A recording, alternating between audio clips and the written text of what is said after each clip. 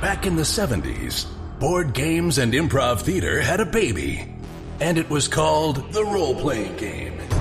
These games allowed a generation of kids to live out their dreams of slaying dragons and saving kingdoms, all while sitting in their bedrooms and basements. Today, gaming has moved into the cultural mainstream, and role-playing games are back with a vengeance. Join us now as 5 of these former kids come out of the basement and onto the internet to experience adventure, mystery, and obscure pop culture references. It's time for Roll for Combat!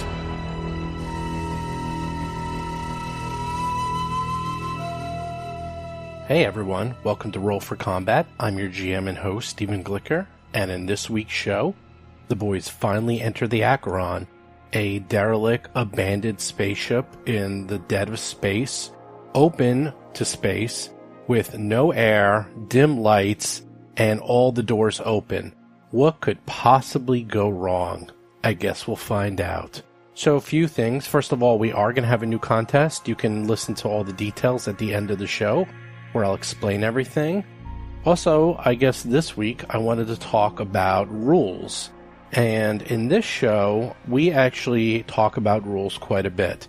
We get a bit of it wrong and a lot of it right. And I actually kept in some of our back and forth. I cut out a fair amount, but I kept some in only because, one, I wanted you guys to hear how we came about it. And two, there's a lot of talking between the characters and the people, and I just wanted to keep some of that in as well. I know not everyone enjoys listening to some people bicker about rules, but Starfinder is a new system, and there are issues with learning new systems. For example, when I first went from Dungeons & Dragons 3.5 to Pathfinder, it made it very hard because the rules were nearly identical, but yet different. And my brain was always trying to remember if that rule was to 3.5 or to Pathfinder. Well, guess what? I'm having the exact same issue. Not just me, but all the players. We are using Starfinder rules, and the Pathfinder rules are nearly identical to the Starfinder rules, except for key differences, of course, during combat. Because the combat is more simplified in Starfinder than Pathfinder, they just made some of the rules different. Also, some of the more simple rules, like, for example, if you take a thrown object, you use your Dex modifier in Pathfinder, but in Starfinder, you use your Strength modifier. So those little itty-bitty rules trip us up and do cause issues. So what we do is a few things, because this happens to every group. I don't care what you say, this will always happen. You will come across weird rules you've just never seen before, your players will try to do something you weren't expecting, and so forth. So let me go through my preparation as a GM, what I do. First thing I do is I always prepare the fights ahead of time.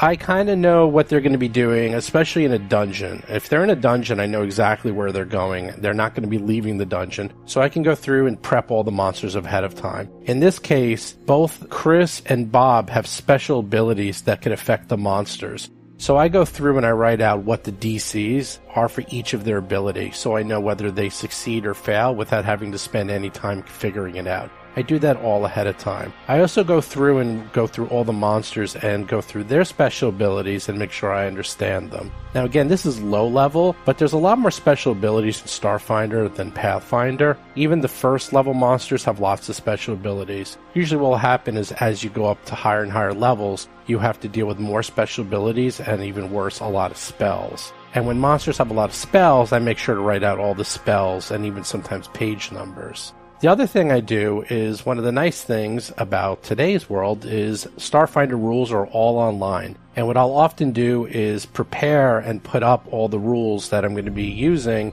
or special conditions or abilities, and have them on my browser ready to go. So that way I could just click on them. And something else, if you're using an online SRD, most of the monsters are actually already in the system and they're all hyperlinked. So you could just click on any of the special abilities and go right to them. So that's what I do. I prepare everything ahead of time and make sure I understand everything. And any rules I might be coming across, I write out all the information on I basically write them right on the monsters themselves. And that really helps out a lot. It only takes like 10 minutes, and it's a lot better to spend 10 minutes ahead of time than to fumble during combat, which everyone hates.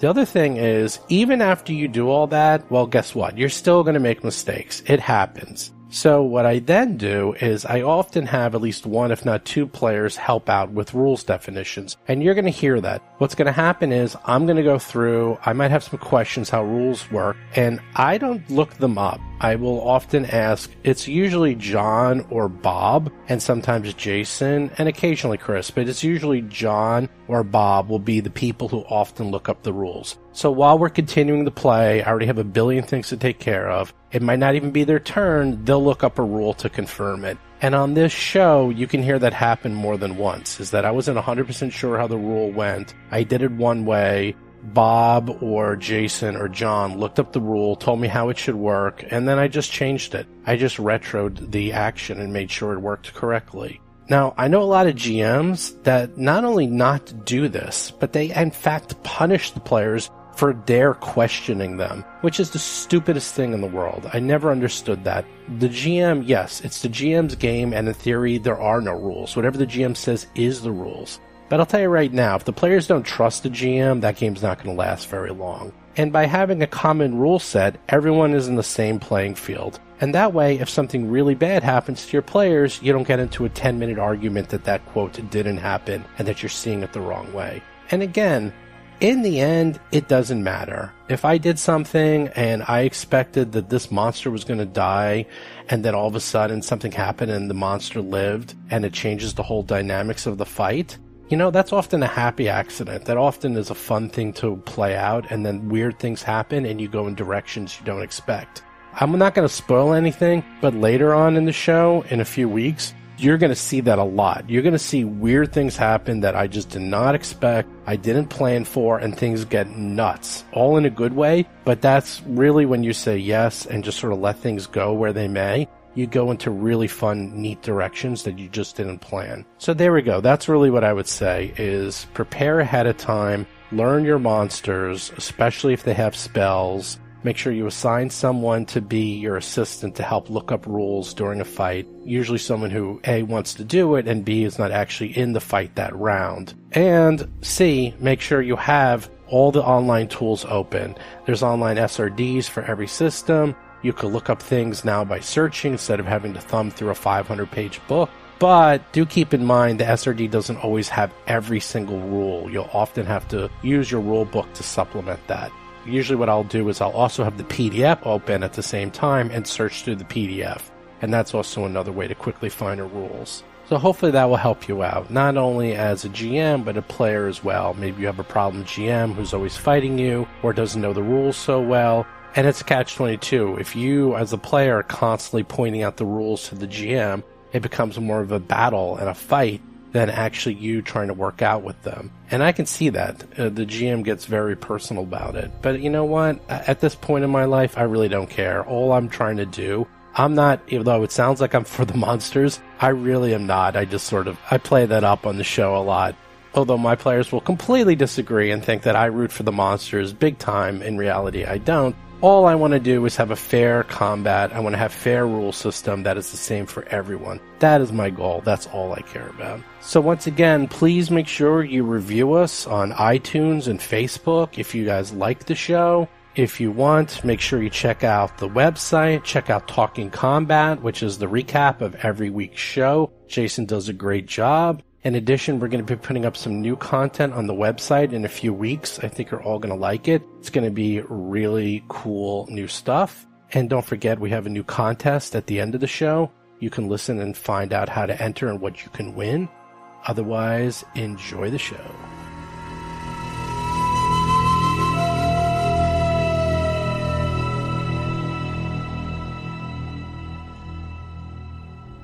So last we left off, you guys managed to fend off the solo space motorcycle valiantly with Captain Rusty yelling at everyone, encouraging them forcefully, and getting the job done because he knows how to captain. And then you found the ship drifting in space. Doesn't look like a death trap at all. Looks like a big party boat. Should be a lot of fun. You docked in the aft port.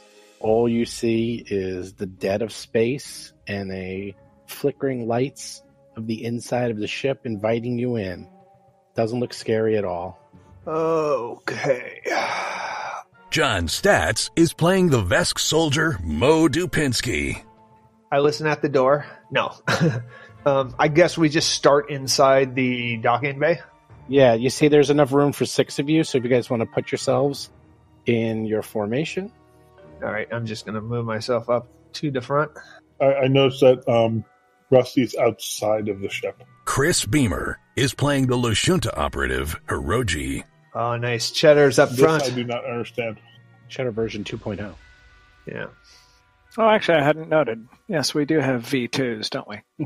Bob Marquis is playing the human envoy Rusty Carter. By the way, the little camera's been following you around all along, so that little camera has just been like zipping along. So you are at the aft airlock, and you can see the outer door was open into the vacuum of space. The inner door appears to be locked. Not locked, but closed. You feel the standard gravity is in effect, and the ship's corridor appears to be lit with emergency lighting, providing dim light. The ceiling is about 8 feet high. The interior doors, this one appears to be in the closed position. All right, so first thing we need to do is close the outer hull to space. Well, you can't fit. The outer hull would divide the party, so you have to actually open this one up. Oh, really? I believe, That doesn't seem right because we're all inside. Seems like we're all inside, though. Oh, yeah, you could all go inside. I actually gave you a little bit more space, but we will just say that there's enough. Let's say you guys can squeeze in and close that outer door and then open up the We'll inner put one. Tuttle on top of Cheddar like a Master Blaster. Embargo off. Yeah, perfect. There is actually a drone modification that's like That's a riding awesome. saddle that I could actually That's ride Cheddar. Outstanding. Jason McDonald is playing the Isoki mechanic Tuttle Blacktail and his drone, Cheddar. Oh, I want to see the artwork for that one. Like a rodeo monkey on a cow dog. I will pay credits to Navy Beans for you to do that. So what are you guys doing? I think it's time for the guy who opens the door to open a door. Well, we're all inside. Can't we close the door now? After it's closed. Yeah, you can close. You can close. There's actually... We did. Okay, you close the door. It closes, no problem. It's actually just like literally a Star Trek button. The door's closed. Okay. That's what we you're need now to do first. all squeezed inside the 10 by 10 room. Yeah, so Mo will explain to Rusty how the vacuum works with pressurized cabins, and that's what you need to do before you start opening doors. So Yes, I thought I had been under the impression we had closed that door. Now we will open the interior one. yes, and we push forward. I open up the door. Boop. Okie dokie. Hold on. I draw my laser pistol out, and I draw my flashlight. Yes, I draw both of my weapons. Ah, The flickering emergency lights do little to dispel the darkness inside the derelict ship, and the sense of abandonment is only heightened by the apparent lack of any movement or life inside its airless corridor. Artificial gravity is still functional, however. There's still likely power to run essential systems and possibly restore life support and atmosphere to the ship. Unfortunately, there are still no obvious clues as to the fate of the Acheron's vanished crew.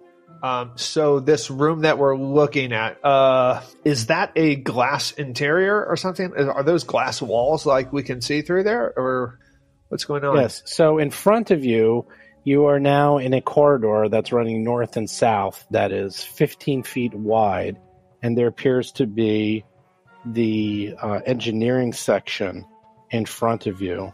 The engineering section is surrounded by machinery and has some very low energy coming out of it. There appears to be a tech workshop and expansion bay and the power core. Tuttle's already dropping his bags off in there. In addition, the doors are actually all open, which is discerning. So you know that there's like a power core, and we'll say that there's some glass or something so you can see into it. Oh, and in front of you are all the actual controls to the power core, and you could actually see there's actually a small tech workshop in front of you. In addition, the corridors that run north and south continue further up, and since the light is dim... I have about 5 questions. Go ahead. First of all, what is the level of power that we're seeing coming from any equipment, particularly terminals? If there's a little bit of hum and a little bit of light and a little bit of air, I'm assuming there's at least emergency power. Yes, you have emergency power, and that's it. So nothing for the terminals. The terminals are blank except for, like, maybe a blinking cursor, if that. They appear to be at the bare minimum necessary emergency power levels. The door we just entered, was it a powered door or was it more just of a hatch? If you wanted to, you could emergency, like, I don't know, like the abyss, sort of like cut in to and there's like a handle in there if you needed to crank them open and close. That will take a little while. That's all cool. Well, what I was actually thinking in the back of my mind is what I'd love to do is, in any way we can, figure out if we're the first people to come in through this door in X amount of time. If that would mean there's a log of every time the door opens because there's some energy, if we see dust on the ground, anything like that is fine. I don't care where the clues come from. You know that trying to get a log of anything would have to come from the bridge, which is an exact opposite of where you entered. That's one of the reasons I had hoped a terminal was live, but obviously not. It is not live for that purpose. So the power cores in front of us is completely turned off? No, it's at extremely low power. So it's on running what appears to be bare minimum systems, but it's like, on a scale of 1 to 10, it's at a 1. Okay. But am I able to see any other signs if people came in this door at any time? We're supposed to be the first ones who are visiting this ghost ship, but that's not necessarily the case. That's true. That would be a skill check of some sort. Perception? Something else? Can I do an engineering check on the console and see if the power is restorable to a higher level, or if it's just this is how bad it is? Yeah, you could definitely do all that. So I would say you could do a perception if you want to look around and see like what's going on. In terms of like dust or debris, or like if people have been walking around. All right, let me do that. 10. Yes. There we go. That's pretty garbagey. You know that you're on a ship. Good job. Yeah, I know. Tuttle rolls a 25 for engineering. Much better. You go up to the computer console in front of the engineering bay. All you seem to notice is that the computers are in a very low power state. They're in emergency mode. You can just see what's basically a read-only output, which says what I said before, that there's emergency lightings. The good news is it looks like if you get to the front of the ship, you would probably be able to hopefully restart the computer system, inverse the tachyon fields, and get the ship running again. Yeah, can we fix it? I asked Tuttle, can we fix it? Not from engineering. Apparently it's all kind of locked out to the forward part of the ship. So this is a ship where Geordie LaForge is useless. It's gone, McReady. They transferred control to the bridge. They do that. Nope, you cannot fix it. As you guys are fiddling around with all of this stuff, you didn't really notice, but to the north and south of you, what appeared to be debris on the floor suddenly moves and shifts, and something appears out of the debris. Roll for combat! Zombie science. Yeah, pretty much. Haruji is up first. He sees... Oh, it's a puppy. Yes, it appears to be a puppy with a mouth full of shark teeth and yellow eyes and about 20 tentacles coming out of its head and sharp claws and a tail. Other than that, it looks totally cuddly. Just like a puppy. Oh, who's a cute little boy? Yeah. Who's a cute little boy? Murder attack. We have a Kill ball that we one. can throw to it. Yeah, who knows anything about this stuff? Oh, yeah. That would be a life science check. Can I move here? I'm going to make a life size check. It's Hiroji's turn. Wait, you know something about science? I do know about some things like this. You're moving in the opposite direction, though. Are you out of range for This is a new strategic move. He has to run farther away from the thing he's studying. I make the life science check first, then I move, and then I fire. Hiroji whips out his thermometer and takes its temperature. I may know from this, but give me one moment.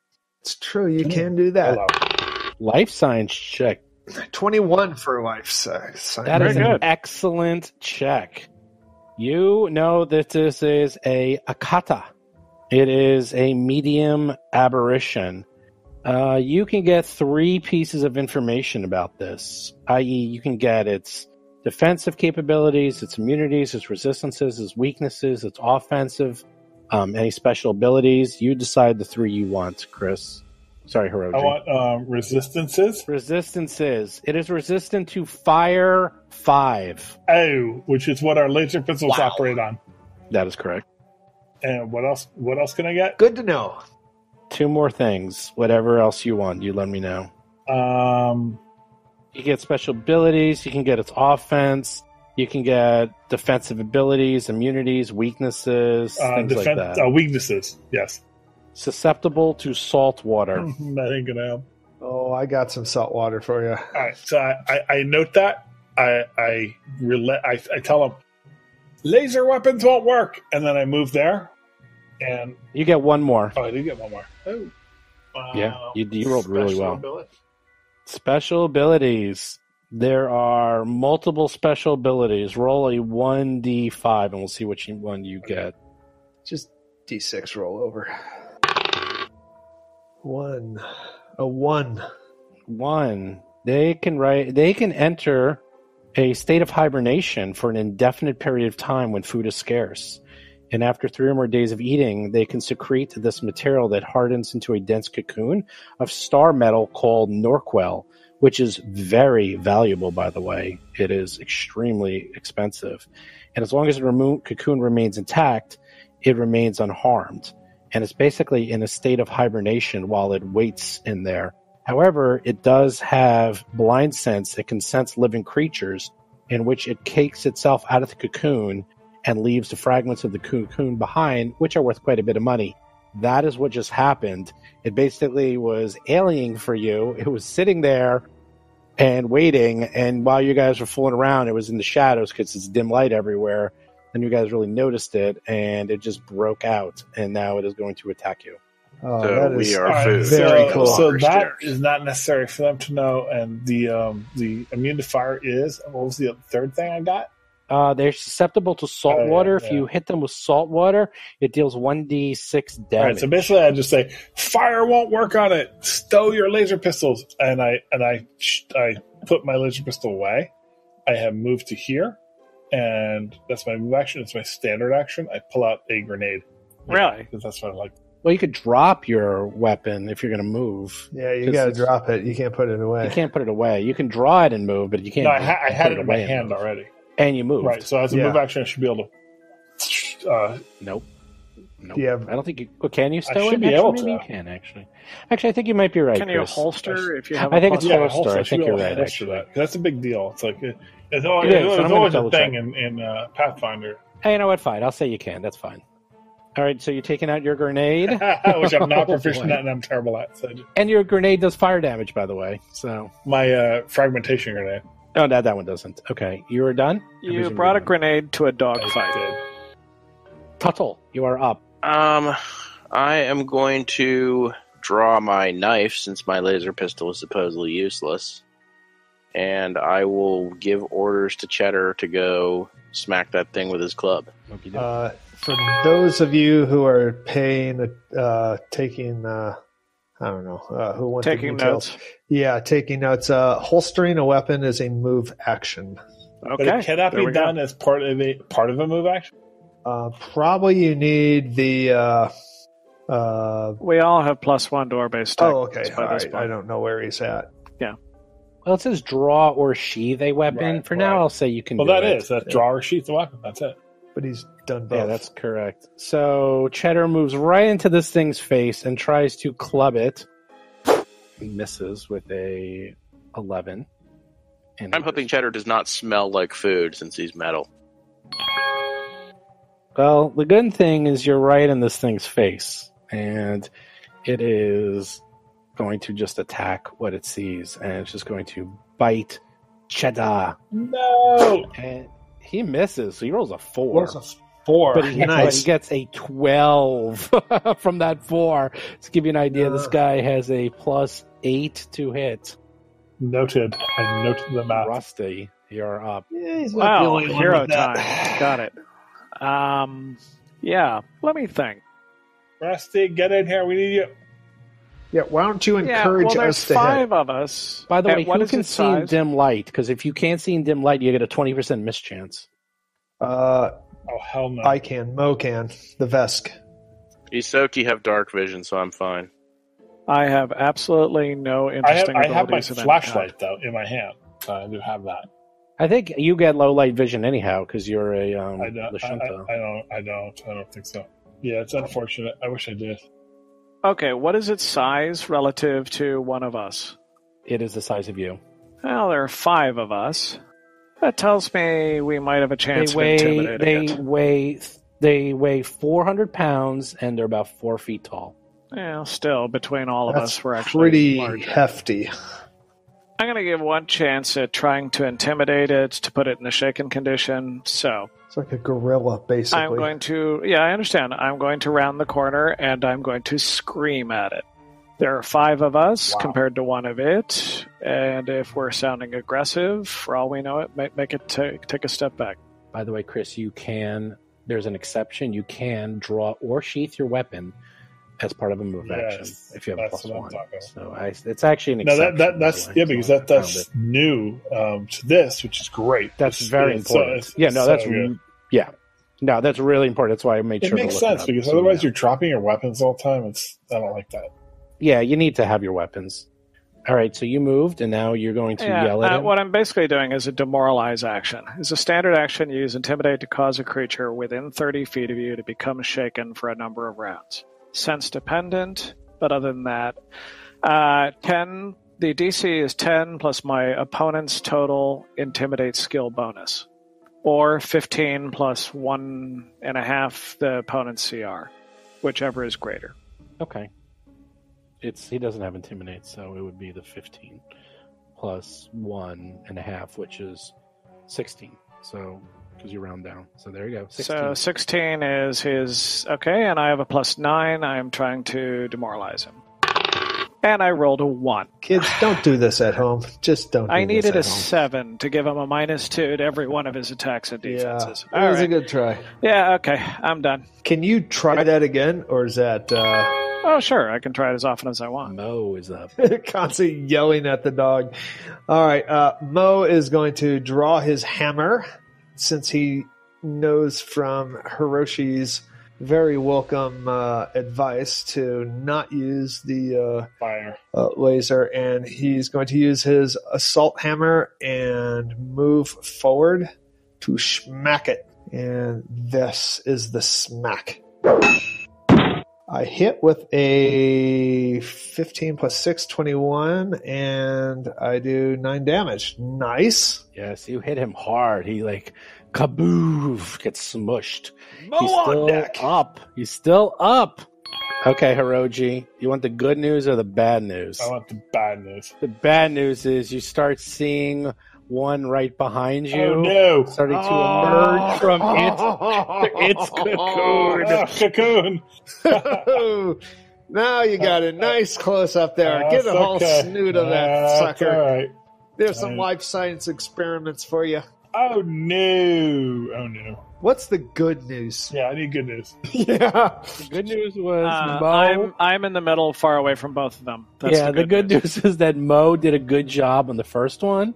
The bad news is Hiroji has to decide. It's Sophie's choice. Do you want to throw the grenade and hit your friends, or do you want to save yourself? It's ironic because it's a good news, bad long. news, good news situation because I'm not proficient in grenade, so that's the bad news. But the good news is I don't have to be. So horseshoes and hand grenades, I don't have to hit. You get a -9 to hit.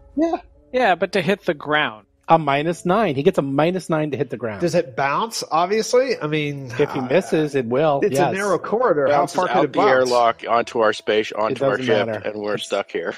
How do I get a -9? No, it's a -4. Sorry, it's a -4. It's a -4 to hit anything. And you need a DC 10. That's correct. And I'm a... No, sorry, DC 5. DC 5. It's a strength so check. It's a -4. So, yeah. Anyhow, it's a -4. You get a -4 to your attack on grenade. So where are you trying to hit? Grenade! Clink! Shoo! I throw my grenade at the creature. Which one?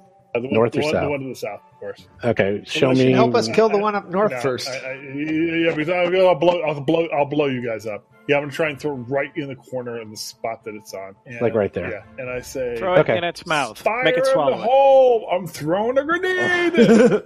Okay, roll. So now you can just give me all your grenades for some skilled throws. Oh! You rolled a 4, which gives you a 1, which misses the ground. Wow, he missed the ground. All right, it's so hovering in midair now. Wait, it gets roll a 1d8. Let's see which direction Lovely. it goes. Oh, this is going to be great. I'll roll 1d4 for how far it goes in that direction. Oh, boy. Oh, it's a 4. I think it went right in its gullet. Hold on. Hold, please. This is going to be good. Oh, this is so good. I'm so glad there's a doggy down there. So Rusty is yelling at the dog. Hiroji is blowing himself up. Chris, I am very impressed by the fact you have not killed us. Well, not yet. Yet. That's That's true. It could bounce all the way to the other end of the corridor and hit the other dog. Likes You're grenades. very lucky. And Mo. It misses, and instead of hitting the corner in the southeast, you totally blow it and throw in the corner in the southwest. And ricochets off the wall and somehow lands almost right next to where you wanted it to go. So it was like a bank shot, and it still blows up. Comes very close to hitting Hiroji. You almost hit yourself. But you didn't. So good job. Now it gets a reflex save for half damage, and because your skill is so poor, it is your DC is literally a 9. So is it against my skill or against the? Yeah, they got a 7. It's actually against your strength, believe it or not. It's and then you're nice. I thought it'd be against the actual grenades DC. It's got to be. Yeah, it's the grenades DC. The grenades DC. Well, no, it's not against a grenade. It's against your skill. It is so like if I have a 10,000, your DC is going to be like a 9. Yeah, it's not the grenade. It's your skill that gets because it's this complex formula, but basically you have a DC 9. The other guys have like DC 13 because they're better at grenades. Good news is it failed and didn't get out of the way, so roll damage. What is the damage on that? Damage on the frag grenade is 1. After all that, it's 1d6 piercing. That is amazingly lucky. Wow, but it's AoE. He rolls a 1. You do 1 point of damage. Good job. It's a dud. I have move action. Is it 1d6 and that's it? There's no pluses? Yeah. It's an AoE. Okay, Chris, I'd like to talk to you about your rolling ability. Oh my You should talk to me about my love of grenades, even though I'm terrible at them. Oh my I goodness. also have concerns about Hiroji's love of grenades. Don't get me wrong. That's something that's going to cause harm to all of us. Are you going to move? You can still move. But in the meantime, I want you to... I am going to move. Charge. I think I need to help my compatriots up north. Yes, that's the right move. Sure. Yeah, that's great. Actually, are the two Akatas in the same place Phase, on the the roster, the initiative? Yeah, they're going to go. So they're going to attack Rusty because Hiroji ran away like a coward. No, I'm attacking the one to the north, and as a swift attacking. Yeah, I'm sorry. As a swift action, I do get a swift action. I would swift action, use my auto sheath, and produce my knife from my left hand. Okay. Tuttle is up. And I'm not. What a move! Tuttle, what are you going to do? Yeah, give me just a second. 1 point of damage. Took out the okay, grenade. my work is done here. Grenade dropped. And then he did a point of damage. Grenade effective. They're stunned. All right, I'm actually going to just stay where I am, and then I'm just going to issue orders to Cheddar to attack again. Though, actually, I'm going to guarded step Cheddar 5 feet back and have him shoot the thing instead, because I'm realizing the club's kind of weak. Shoot him with what? Cheddar's got a regular gun, not a laser pistol. All so right. it's piercing damage. Very good. Wow, Cheddar. Cheddar shoots. Rolls a 19, hits with a 23. Yeah. Does 2 points of damage. 19. Now the nasty, weird space thing goes. It's wounded. It sees two voluptuous feasts in front of it. It's going to attack number 2. Hello, Hiroji. Of course, it's Hiroji. Of course. Our damage sponge. Well, the good news is, although he rolled a 12 and hits with the 20, he did max damage on you, which is 8 points as he bites into you. However, you suddenly feel a horrible disease coursing through your veins, and Hiroji doesn't even stop. He just rolls that fortitude save because he knows. Gets an 18, and you feel that the disease of void death does not take hold inside of you, and you realize these things are much, much worse than you thought. Wow. Can we just call it space rabies? Yeah, that's pretty Shake nasty. it off like it was not even there. Sure. Yeah, of course. You can do as many as you want. And other people can do it too. The other ones are going to go, and he is going to run up to our favorite person. Can he do another life science if he was successful the first time? Okay, I'm just curious. Hello, Rusty.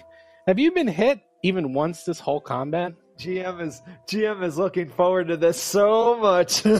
I'm a neutral party. I have nothing to say. Oh, yeah, right. Okay. We'll go with that. He did hit. Spring in your step, though. He does again a 12 and hits with a 20. Good news is you guys are only taking stamina points. But he did bite you, and he does 6 points of damage, so Rusty needs to roll that fortitude save as he gets the saliva into his veins. Okay, so I'm guessing I need to roll right now. Yes, you do. I rolled mine really early just for luck. Yeah, see, but I knew mine wasn't going to be like yours. I rolled a 9. And for a total of 9. That's I only not got gonna plus be good. 1. So, immediately... All right. We're going to get a new character What's here, weird is when I was standing here before, there was someone between me and that wall. I know, but I'm not a tank. Well, Yeah, the paper thin thing. I'm a grenade. Hiroji's I throw grenades. no tank. Hiroji's no tank. I'm a ranged fighter. it was a person. I don't play the. All right, lay it on me, Hiroji's Steve. a How lover, not a horrific is fighter. space Yes. rabies? It's horrible. Thanks. So do you know how the diseases work in Starfinder? They're completely different than Pathfinder. There is something called the disease track, in where you go down the track, and the track starts at healthy, then latent, then weakened, then impaired, then disabled, pillated, bedridden, comatose, dead. So every time you fail a roll, you go further down the pipe. This one starts off at weakened. You are both sickened and fatigued. You basically get a -3 to all your rolls. Alrighty. Sounds great. That probably won't change anything. So space rabies is really, really bad. Rusty is up. Oh, do I get to go now? Yes. You do. Yeah. All right. So first things first, obviously I need to, get away from it. So I need to withdraw a bit. You don't have a melee weapon? So that means my move action is to take what's not a 5-foot step. What is it called again? Guarded step. A guarded step. And then from there, move to a safe position, correct? Right. Okay. From there, I can fire at the one everyone else will be fighting on the next round. And I think I can't recall if I have a medical kit. Hold on. That's not how it works. In fact, unless it's... Yeah, but I have a Mark 1 serum of healing, and I'm hoping that might work. Nope. It's not going to... Okay. Well, there we go then. All right. So that's my turn. Mo is up. So no attack out of you. Well, it was that or die. So I have 2 guns in my hands, which would provoke attacks of opportunity.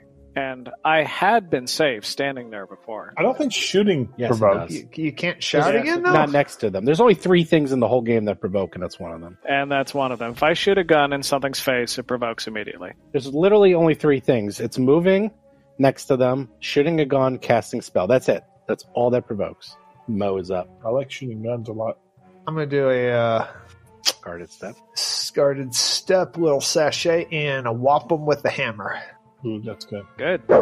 Like to hear that sound. Just missed a critical, although it is staggered. Although I don't think staggered exists anymore. I don't know if it does. Oh, it's at 0? I'm gonna look that up. I have the conditions in front of me. Hold on. Yes, you can take a single move action or standard action each round, but not both, nor can you take full actions. All right, so it's down to 0. It's staggered. It's all like, It can attack, though. Yes. So, and I'm not seeing that thing from Pathfinder where, like, if it attacks, it loses a hit Nope. point and goes That unconscious. is correct.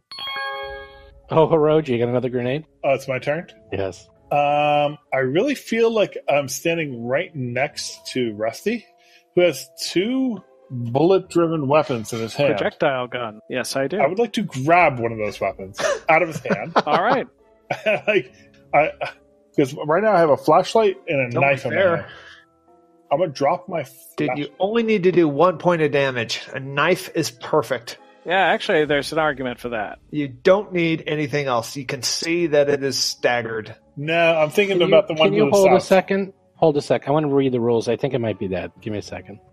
I'm thinking about the one to the Oh, I'm Zero thinking about might the be one to the dead. I think it south. actually is. So hold on. I have good news. It's dead. Great.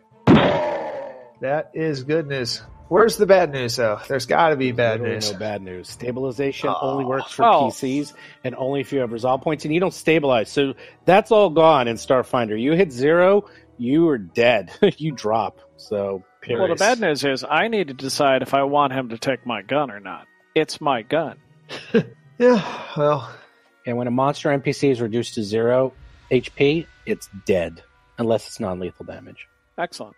right. That's Yeah, good. well, look, these things are nasty, so I want to make sure we got this right. All right, as a free talking action, I say, hey, no problem, 10 credits for the loan. Yeah, and then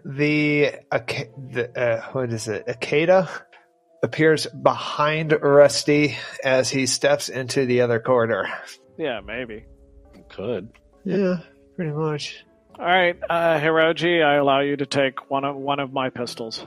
Okay, so I do that. Oh, it is that. huh? You dead. heard You're dead. you heard the rental cost, right?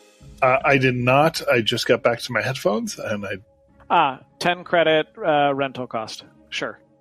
Rusty, I'm trying to save your life. All right, so Are you grabbing taking that the is a gun? move action. You do not have to take the gun if you do not wish to spend the amount. I mean, if you pick the apple up off of the $1 an apple cart, that is agreeing to pay. Unless someone's not looking. It's in my actually- hand. Yes, of course. That's within 30 feet range, and I'll fire from here, I guess. You're going to get a penalty because Yeah, you it's a can't be huge holding penalty. your You might as well just flashlight. move. and your gun and your knife. I dropped the flashlight. Right, so it's a 20% mischance because you can't see. Oh, light is an issue? Yeah, it's dim light. It's Oh. 20% mischance for anyone who doesn't have dark vision or dim light vision, which will be humans. Okay, and- no, then I drop my knife, which is unneeded. Well, you drew it before, but we'll retrofit that. We'll say that you didn't even draw your knife because you want to keep your flashlight so you can see what you're hitting. I had my knife as my auto draw thing. Oh, cha-ching! But you can't have a knife and a flashlight and a gun. Right. So in my hand, before I grabbed his gun, I had knife and flashlight. Oh, right. Because Knowing that I need light, Right. I mean, I would You not be got it. stupid and drop the thing I don't need. Okay. I will keep the thing I need, which is the light, and I will drop the knife. would not make I'm that not making assumption. stupid decisions ever. Just never do that. Roach's actually smart. He's got 10 intelligence. Yeah, but I don't know if Chris is smart. Yeah, check that Smarter intelligence than on you know. Chris. That's the weak link. I took an IQ test in 1982, and it was above 100. Above average. Dull. It was dull. 101. Right. All right, so let me attack. Can you make a move action before you Because I attack? think the move action is grabbing the gun, right? But you do that while you're moving. No, I don't know about No, that. that's Because draw. because That's yeah, different. because it's grabbing That's- it out of this guy's hand. It's like it's more complicated. It's a move action. Oh, Basically, that's that's right. I called forgot that's called he's like dra- a general. I thought he was action. drawing. No, you're right. You're right. No. I thought he was I'm drawing. grabbing and Rusty had to give me a whole debate of how much he wanted to charge me, so that took time. So Had that I'm like, idle all right, whip I'll conversation. pay you the I'll pay you the 8 credits. Okay, give me the gun. Okay, and I shoot the thing. Throw me the whip. Yeah, exactly. I'm going to roll d20 and we'll modify it later. That's going to hit. That's 18. gonna You hit. easily hit. Hits Yeah. away. Hit. I don't know how much damage your gun does, Rusty. D6. That's it. Wow. that's- D6 I forgot my. is We're better than level the 2. 0 that you Piercing. were doing. I know. Rolls a 2. I forgot There we go. my whole trick attack thing. I forgot all that. 2 points of damage. Good 2 job. damage. Great. It's okay. Tuttle, you have a snarling beast right in front of you. Get away from there. You can't do anything. Get out of Fortunately, there. it is not right in front of me, which means I could run like hell. Otherwise, I'd have to take a guarded step. Or you could send Cheddar in front of him. Ah. Which I'm going to do, but I'm also going to move further away. I didn't know you could do both. Yeah, I can still move and give Cheddar orders. I thought it was either or. It's like 1.5 moves. I can do both things, and Cheddar can do one, or vice versa. Oh, that's cool. The good news is you can probably use a club on these things because they don't really have armor. We noted that. And then we saw Mo club the crap out of it. Oh, he doesn't, but he's not using a club. Ooh, guess what? Boot to the head. Cheddar. Go Cheddar. It's your birthday. Since I went to, you roll the damage, it's 1d6 plus 2 times. He gets the +2 twice? Yes. Just making sure. Oh, hell yeah. Oh, that's good. That Wow. is no. No, it's 14. No. That's You rolled, great. no, it's not doubled. You rolled twice. It's not doubled, John. 2d6 plus 4. Yeah, that's all it I thought is. it was double. So, Okay. That's still great. 12. Batter up. 12 points of damage. Add Cheddar. that to Chris's 1 point of damage, too. Yes. Don't forget that. That Well, 1 point from he the did. grenade. Grenade! Fire in the hole. So dangerous. It's like in real life. It's dangerous for you. In real life, if a fragmentation grenade goes off within 15 feet of you, you're dead. It's just instant death. That's 1 point of Like damage. Mythbusters showed that, and I was like, "Wow, that's crazy!" It's like 15 feet of that, you're dead. The shock damage. So Cheddar he gets hit with an 8, which gets up to a 16, and he bites on you. But since you're made out of metal, it does have 1 point of damage reduction and takes 5 points of damage. And good news is Cheddar does not need to roll for disease. Rusty is up. That Alrighty. is good news.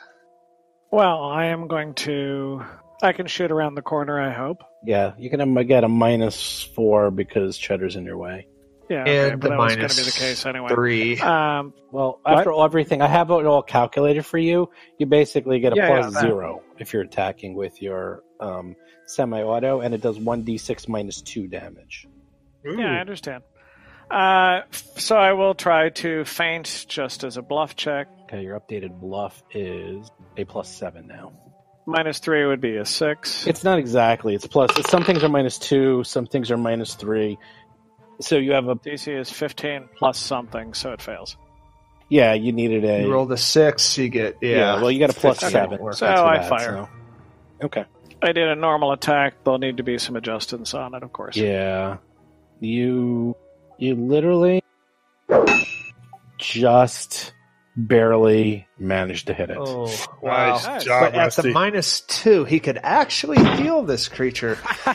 Oh, wait, sorry. I actually messed up. 0 you did damage. 3... No, you did 3 points of damage. Rusty, you are -2. number 1. Guess what? Oh, 3 damage. Okay, good. And he's staggered, which means he's dead.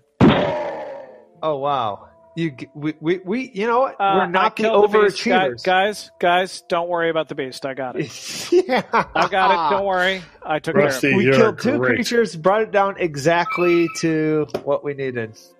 That's like scoring a 90 on the test, where that's what you need for an A. Dr. Tuttle, I feel a little odd. You're a doctor, right? Remember when I was firing the guns? No, Yeah, it will be I nice remember and that. do a medicine check and Thank see you. if I can help him. If it He's in a any way. disco doctor, though. But Mr. Tuttle, you're absolutely right to question that. Not Mr. Tuttle. He spent 4 years going to Evil Doctor College. Dr. Tuttle. See, you're learning. You've picked up the I'm having basics. trouble with those degrees. Does a medicine check actually help with the disease, Steve? For now, you can do the medicine to try to learn what the disease is. You can also do life sciences to learn what the disease is. But most diseases require, if you don't have some medical facilities or magic, which you don't, it requires basically bed rest and treatment. And you get. Okay, I'm a little better on medicine, so I'm going to do a medicine check to at least kind of Okay. identify the illness. Sure. Wow. 16 plus Nice. 8 is 24. 24.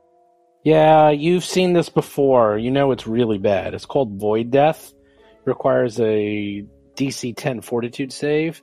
As soon as, if you don't manage to fight it off, you immediately get infected. And there's no dormant phase. It goes right into, there's no latent or carrier phase. You immediately get disabled. And if you die while you are diseased, you raise as a void zombie 2 to 8 hours later. And it takes no less than 2 days of consecutive saves to actually fight off this disease at the minimum.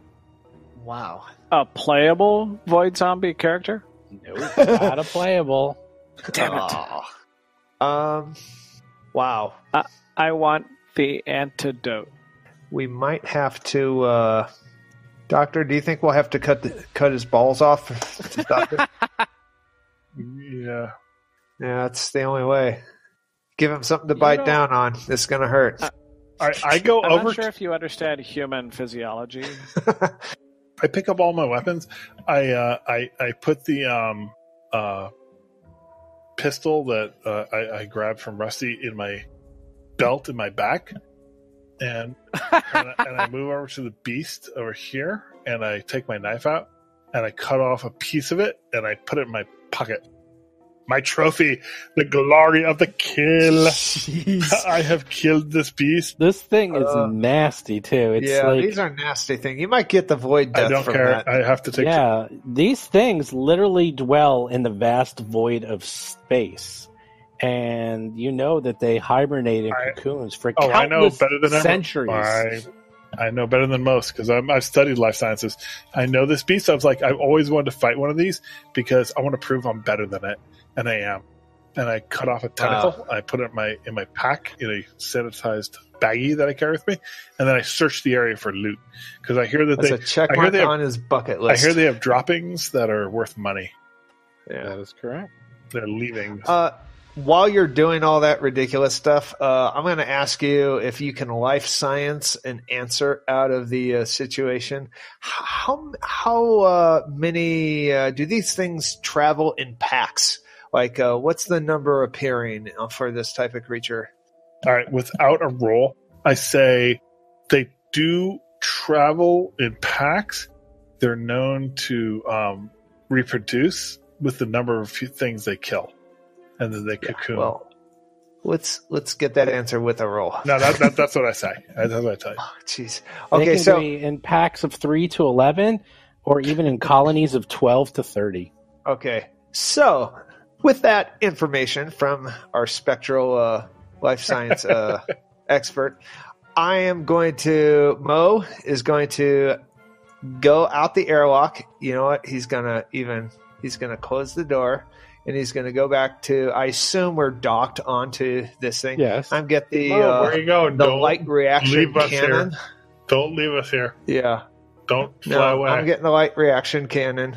Okay. And I am burdened as I come back into the... You keeping both weapons? Yep. Wow, that's going to have... he don't care. It's I'm 10 feet slower. No, That's there's all it other is. things. You also get Midases to attack and stuff, so... But you can drop it. You can drop it in combat. All right. Well, I can just drop my azimuth artillery battery. You know, it's. I'm going to search over here for some of their Speaking of leaving. carrying both weapons, Hiroji, could I get that gun back? Oh, you want that gun back? Yeah. You want that back? Speaking of both Are you weapons, sure about that? Because Yeah. Yes, please. Can you Funny just hand how he that over? forgot that. It's a family gun. I'll trade I you was, a laser actually, pistol. I got to tell you, my Uncle Phil left that to me in his will. It was the Yeah. only thing he left to me. I It has do Chris understand on that, my- Yeah, but Chris. but wait, I do have 2 laser pistols. Can I trade you one for one? Oh, I already have a laser pistol. That was very nice of you to that's smart offer, of but you. I'm good on that. I yeah. was just You'll have hoping to get erase that that gun from on your my back. character sheet there, Chris. Okay. You know. All right, I give it back. All right. Actually, thank you. Chris had already processed the sale. Yeah. He'd have to get. Oh, he'd have and to the refund 10 the credits money. for the loan. What was the number? I thought it was 8. You know what? You're a friend. 8 sounds good. Okay. I give Rusty 8 credits. What's the VIG on Excellent. that? Well, the VIG was like 20 seconds, so like I shouldn't get a 1 credit VIG. 20 seconds. It's a hell of a VIG, though. I'm gonna, you know what? I'm just gonna leave the. All right, subtract 8 credit. Encumbered stinks. Your speed is reduced by 10. Your maximum dex bonus is reduced by 2, and you get a -5 penalty on strength and dexterity based checks. Okay, so that being said, where Mo is standing, he's going to lean the laser rifle up against the wall. Good job. Nice. Okay. That's good. That's as if we were treat, you can grab that. Yeah, and it's right next to the door, so I can just grab it on the way out as the things are chasing me to the. Or I could grab it to the because I'm ship. terrible at that, but I could do it. I can still fire. You look around and you notice the scraps of narquil are all over the place, and you could gather these up. Oh, hell yes. And you know that narquil is a star metal. It's one of the several precious metals mined from asteroids and scattered worlds throughout the universe. It kind of looks like a pale green crystal, but it can be worked as easily as iron or steel. The crystalline structure gives it the strength that gives it a really low weight. And more importantly, that it's strangely resistant to magic. So objects made of narquil gain a +4 bonus to saving throws against a magical effect. Melee weapons or ammunition fashioned from narquil get a +1 enchantment bonus on damage rolls against magical constructs and undead creatures created by spells. You also know that 1 bulk of narquil is worth 500 credits. Wow. Cool. That is something we should probably just put on the ship right now. I mean, it's literally one room over. True that, but I worry about our ship getting exploded. Oh, how about in this airlock here? Because that's. If our ship blows up, I think aren't we in more worry about No, death the ship that than we're on losing? We got a better ship now. flyable, yeah. Finders Yeah. keepers. Oh, so this, the Arcanon, you've decided is our ship. Yeah, it's our ship now. Salvage rights.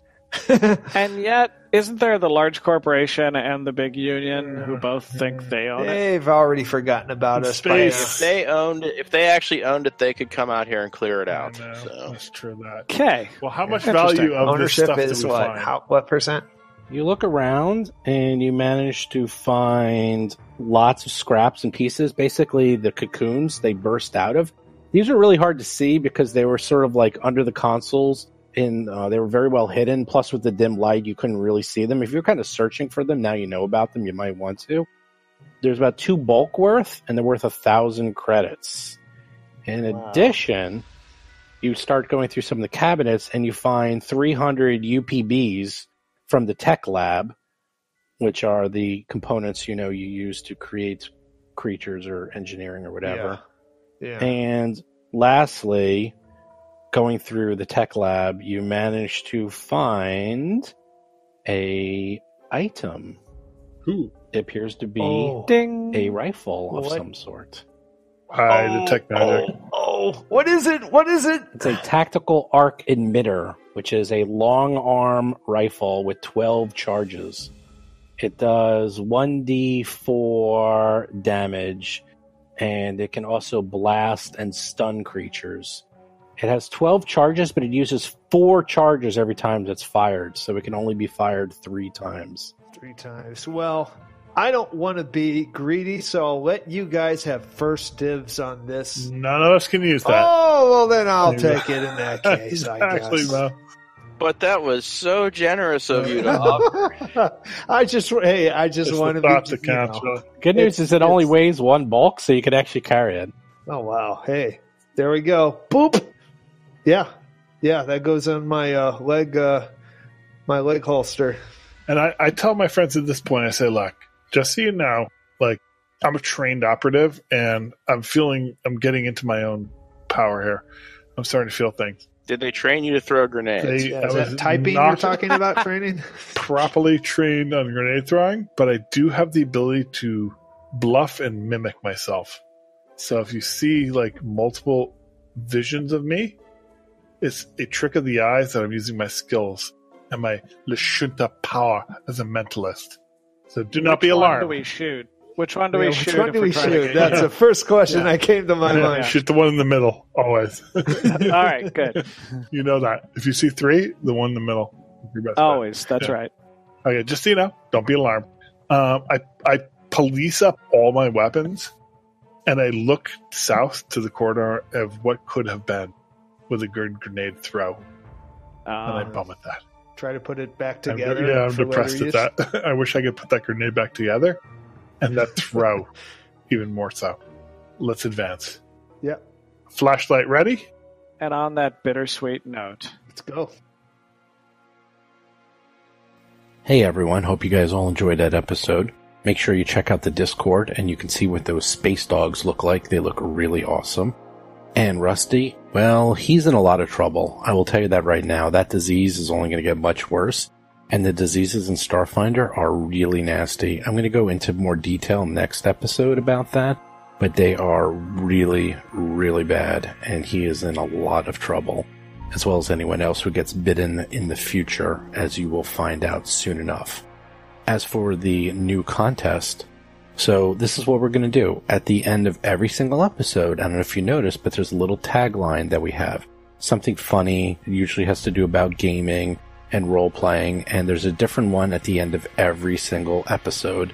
We have 20 of them so far in total. So right now, obviously, we have the 12th one. So we are looking for new taglines. So to enter the contest, all you need to do is come up with a new tagline. I would suggest you listen to the last 12 episodes and you can get an idea of how they're structured and how long they are and what they're about. And all you need to do is submit your tagline to contact@rollforcombat.com, and that's it. And you're entered into the contest. If you are selected, we will record your tagline, add it to the show, and we will send you a t-shirt. This contest we're going to be running until at least the end of December. We'll see how it goes. We might make it go longer. If you have any questions, come on the Discord. I'm on there all the time. You can also follow us on Facebook. I'm also on there all the time, and you can chat with me there. And also, some of the other guys are on Discord as well. Jason is on there quite a bit. John is on there sometimes. Bob as well. Chris, well, I'll get Chris on there. Chris is always raiding in WoW, so hopefully I'll break him away from WoW raiding and have him jump on. So once again, all you need to do is come up with a new tagline, send it to us at contact@rollforcombat.com, and if we like it, we will record it, we will add it to the show, and you will get a free t-shirt. Send as many as you want, there's no limit, and we're going to run this until at least the end of December. So with that, I will talk to you guys next week. See ya. You've been listening to Roll for Combat, a Starfinder actual play podcast. If you have a question or comment for the show, please visit us at rollforcombat.com or drop us a line at contact@rollforcombat.com. You can also find us on Twitter, Facebook, Discord, and other social media platforms.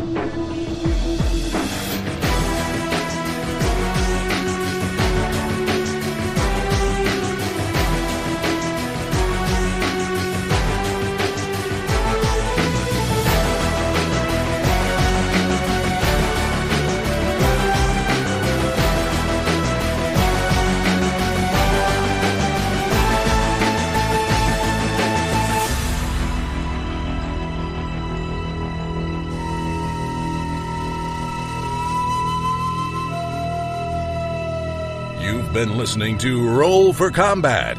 Until next week, always remember that Magic Missile can solve any problem.